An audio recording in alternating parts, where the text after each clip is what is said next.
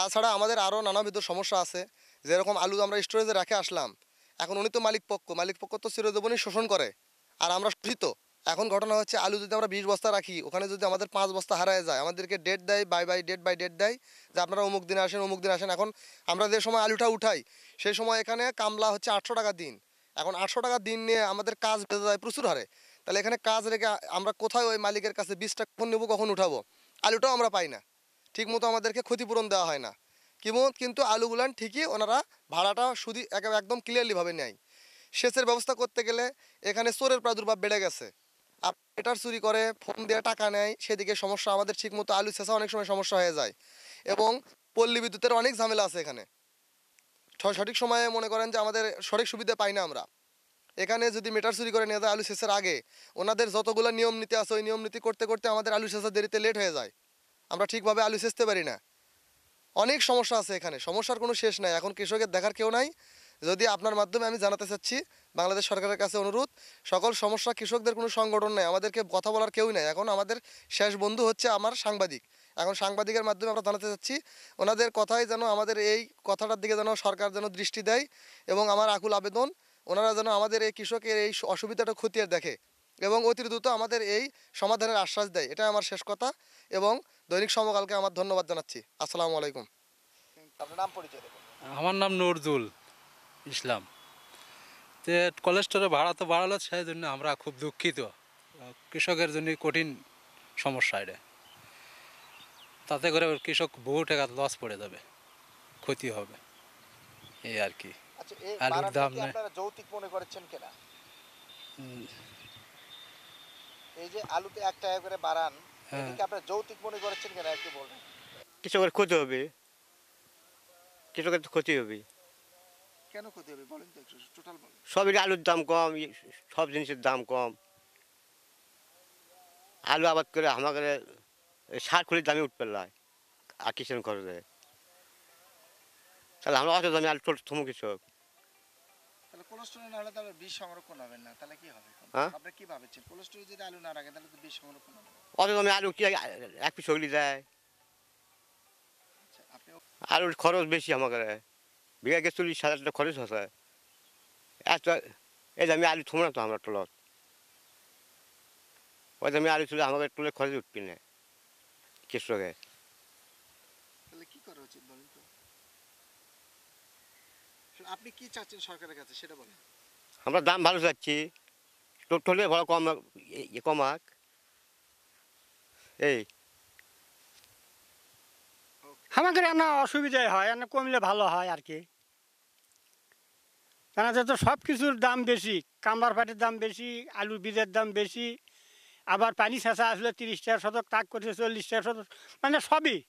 জমিপত্র নিয়ে আসলে আপনার হচ্ছে 15,000, 12,000, 13,000 টাকা বিঘে। এবারে মনে করেন যে শতকে 1,000, তাহলে 29,000 টাকা বিঘে।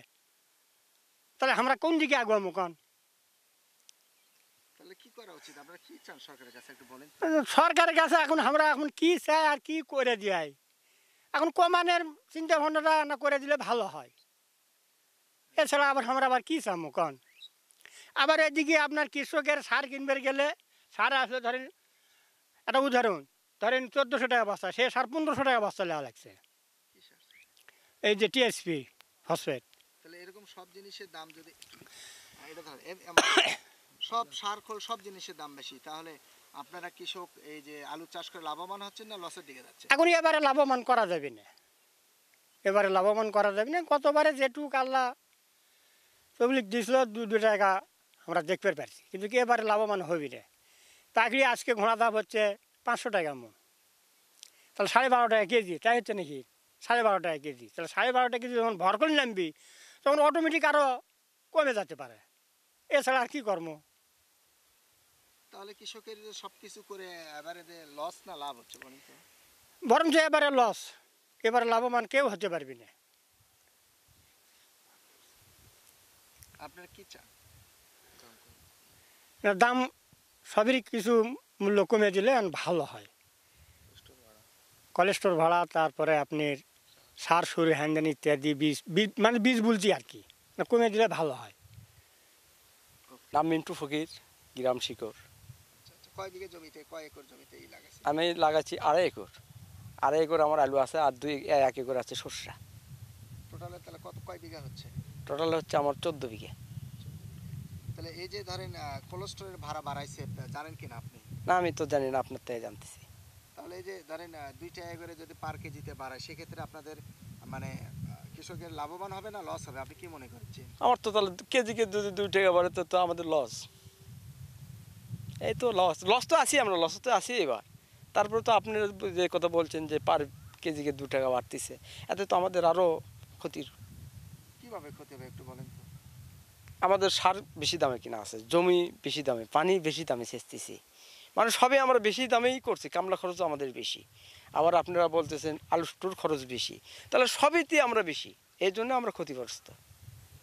তাহলে কি করা উচিত বলেন তো? তাহলে কমে দিলে আমাদের জন্য খুব সুবিধা হয়।